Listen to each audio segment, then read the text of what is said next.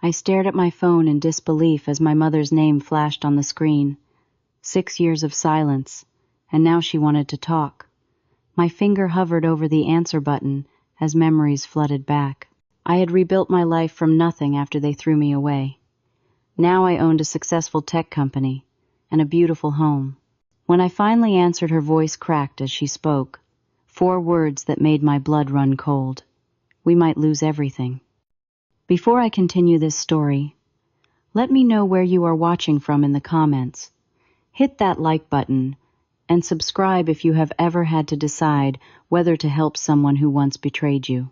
Trust me, what happened next will make you question how far family loyalty should really go. Growing up in suburban Boston, my childhood looked picture perfect from the outside. Our family of 4 seemed tight-knit.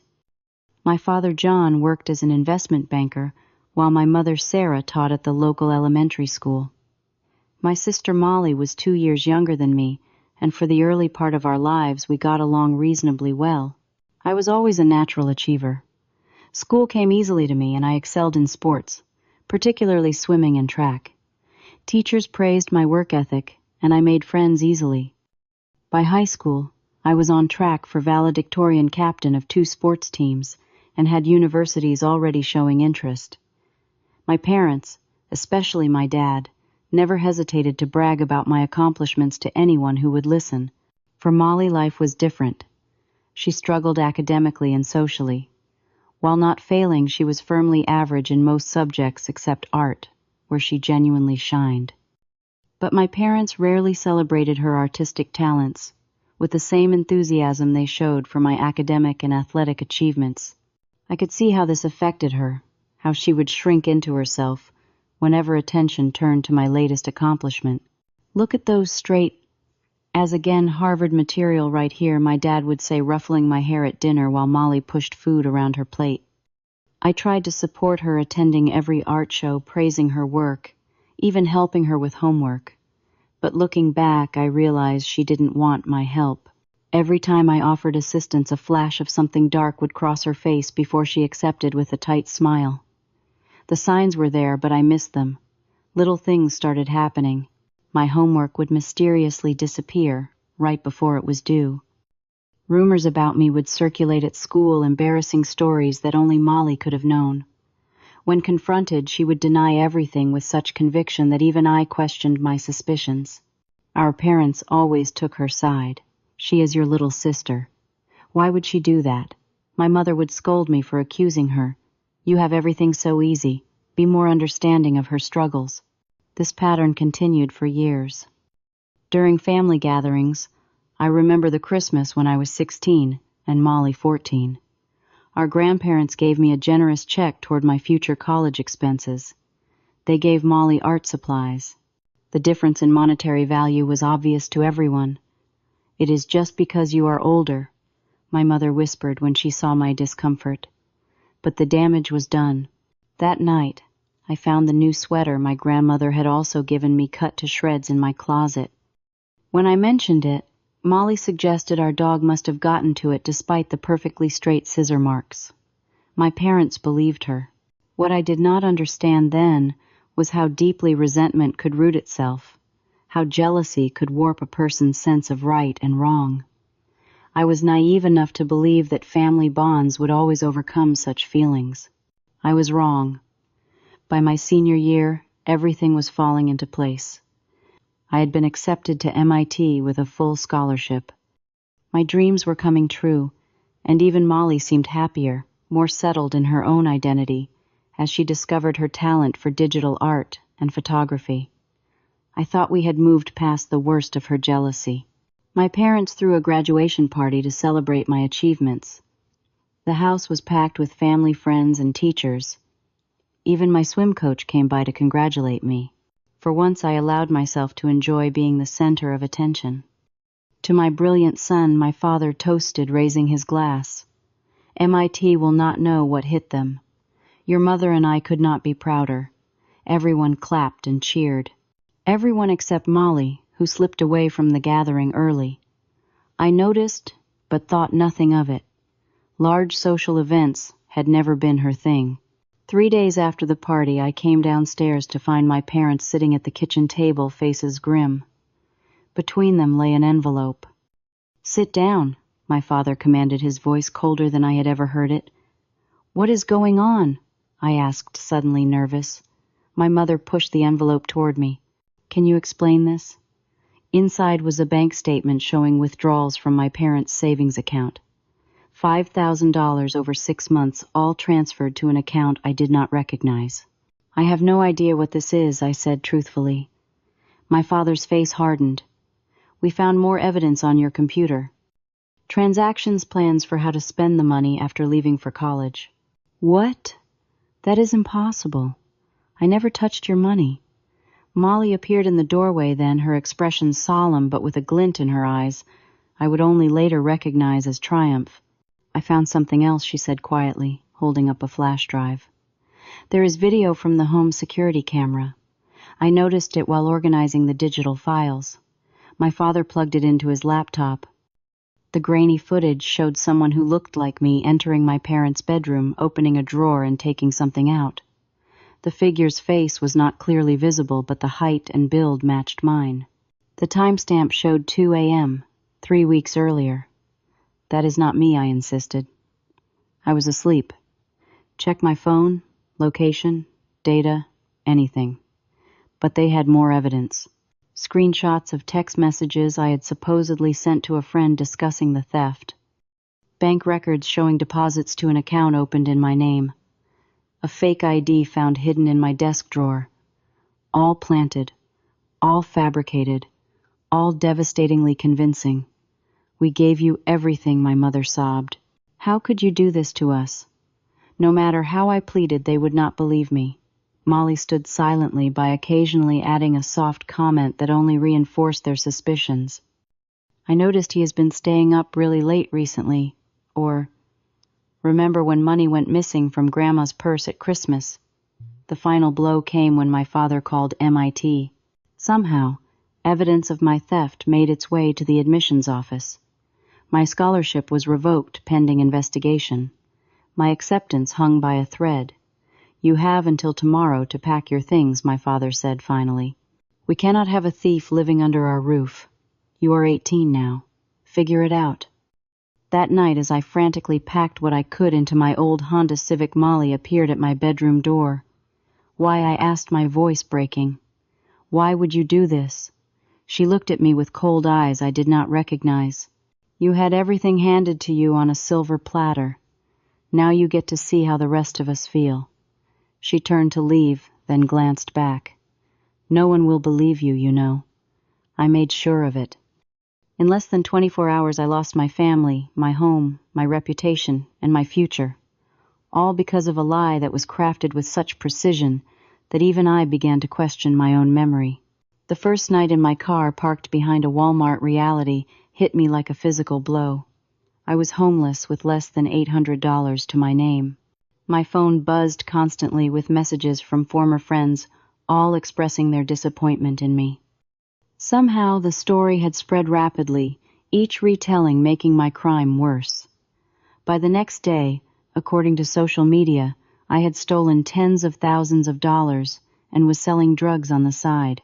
I tried contacting extended family, but they had all heard the story from my parents and wanted nothing to do with me. Former teammates blocked my calls. Even my longtime girlfriend broke up with me via text, unable to face me.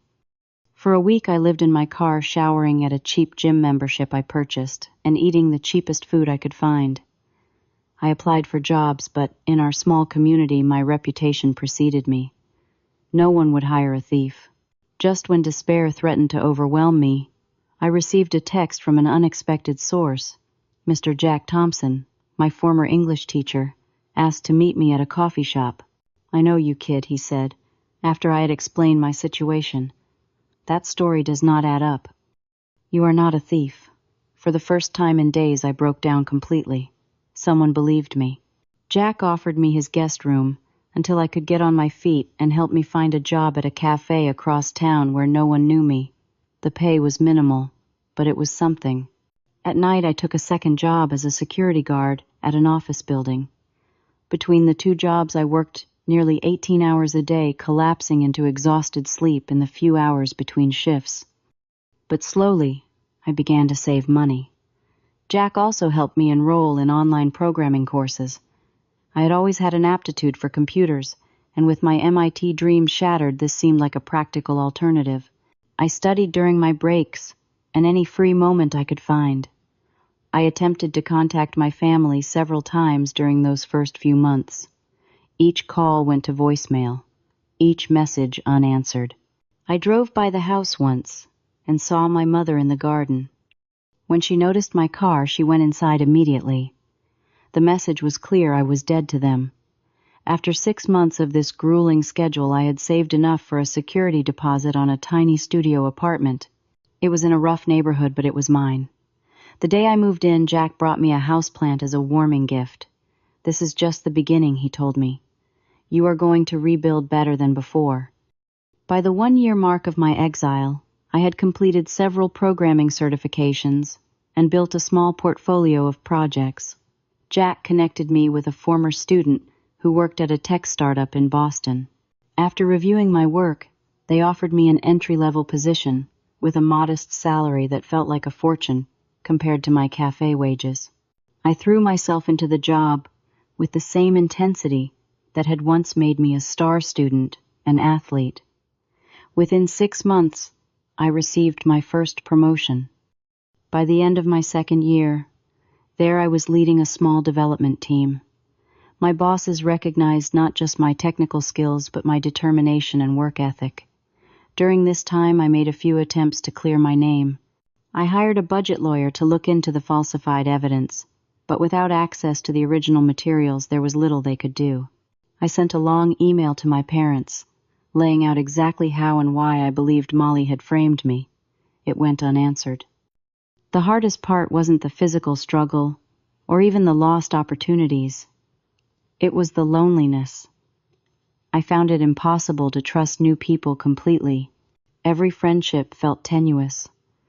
Every relationship limited by my inability to fully open up. How could I explain to someone new that my entire family believed I was a criminal, that my own sister had orchestrated my destruction? 3 years after being disowned, I met Amanda at a tech conference. She was brilliant, kind, and somehow broke through my walls. When I finally told her my full story, she did not look at me with pity or suspicion, but with understanding and anger on my behalf. "Family should be the people who believe in you when no one else does," she said. They failed at the most basic requirement of being family. With Amanda's support and my own relentless drive, I eventually saved enough to start my own software company. We developed a security application that caught the attention of several major corporations. By year 5 of my exile, I had achieved a level of success that even my previous trajectory could not have predicted. I bought a house in an upscale neighborhood, drove a luxury car, and had investments that ensured I would never again fear homelessness. But the hole in my heart remained. Every holiday, every milestone, the absence of family was a wound that success could not heal. The call came on a Tuesday morning. I was at my office reviewing quarterly projections with my team when my phone lit up with my mother's name. 6 years of silence, and now she was calling as if no time had passed. My first instinct was to ignore it, but curiosity won out. "Hello," I said, stepping into the hallway. "It is your mother," she said unnecessarily, her voice smaller than I remembered. "I know. What do you want?" The coldness in my tone surprised even me. She hesitated. "We need to talk. Your father and I, we are in trouble. Serious trouble. We arranged to meet at a neutral location, a coffee shop downtown.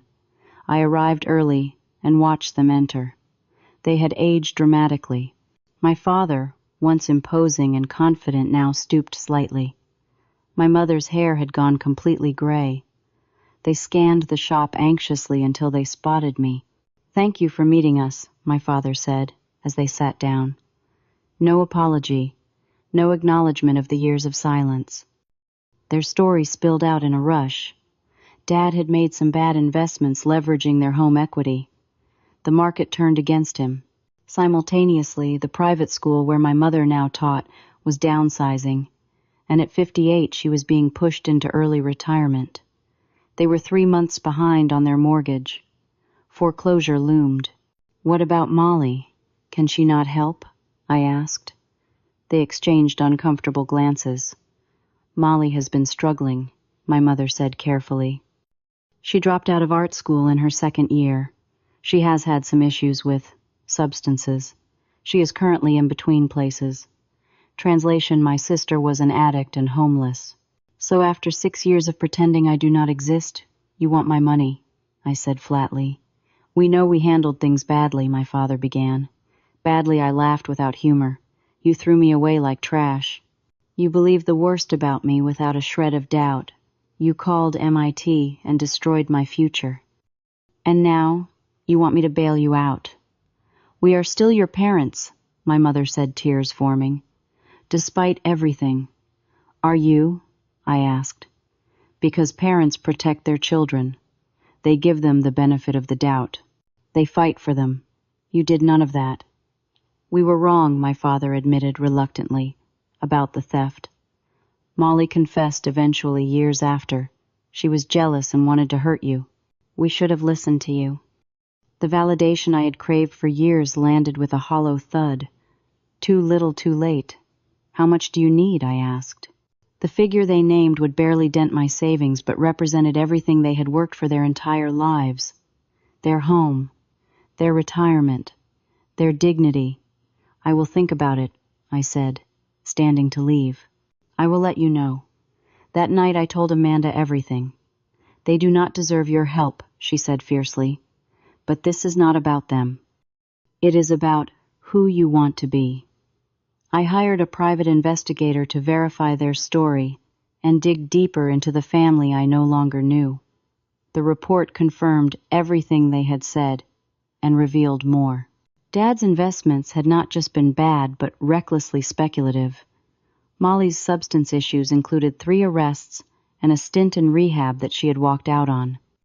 Most surprisingly, my mother had actually tried to contact me 2 years earlier, but had lost her nerve and blocked my number when I returned her call.